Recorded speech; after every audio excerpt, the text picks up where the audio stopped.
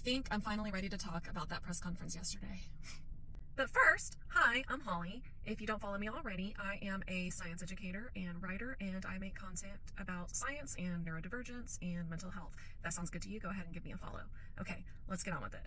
One of the things that kept coming up was numbers related to autism and talking about the rates of autism and how that has increased over time.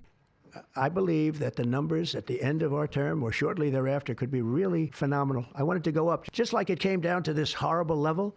1 in 10, 1 in 12. I was told 1 in 10. I was told 1 in 12. Today I heard 1 in 31 if you add the girls and the boys together. It's crazy. And it was 1 in 10,000 and 1 in 20,000. It's not even sustainable for a country. You want to know the truth. And then this overarching message of basically just negativity surrounding autism. So we're going to save a lot of children from a tough life, really tough life. We're going to save a lot of parents from a tough life.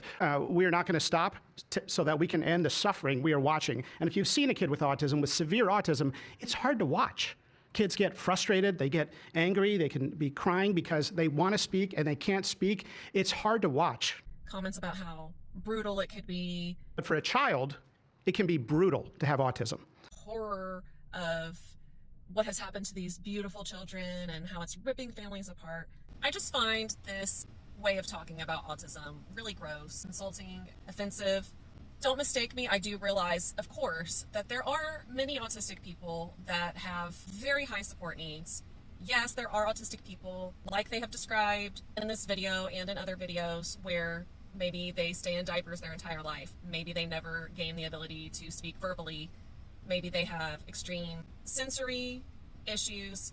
But what bothers me about this narrative is that every single one of those people up there yesterday, with the possible exception of President Trump, because I'm not actually sure that he understands the nuance of this, but the others do. The people standing up there yesterday, they will talk about autism in broad terms as if it's all one thing when it suits them, when it supports whatever it is that they're trying to say.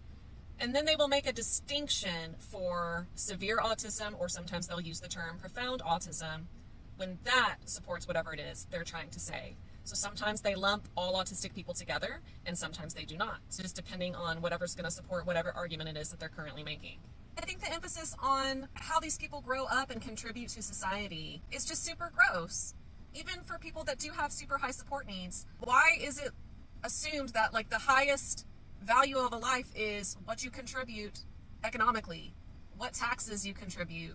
If these lives are so beautiful and so precious and what has happened to them is so awful, then what are you doing to help them right now? And the answer is not very much. All right, that's all I got for now, but I will be back with more later. Bye.